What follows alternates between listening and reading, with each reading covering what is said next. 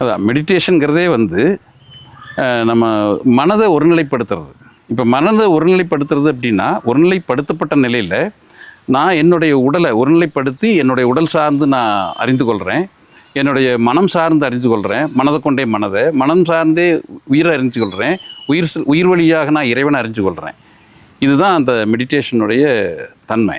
அப்போ என்னுடைய மனதை கொண்டு, மனது தான் கருவி, மனதை கொண்டு எனக்கு கொடுக்கப்பட்ட உடலை அறிந்து கொள்கிறேன், அதே மனதை கொண்டு அதே மனதை அறிந்து கொள்கிறேன், அந்த மனதை கொண்டு உயிரை அறிந்து கொள்கிறேன், அதே மனதை கொண்டு இறைவனை அறிந்து கொள்கிறேன்.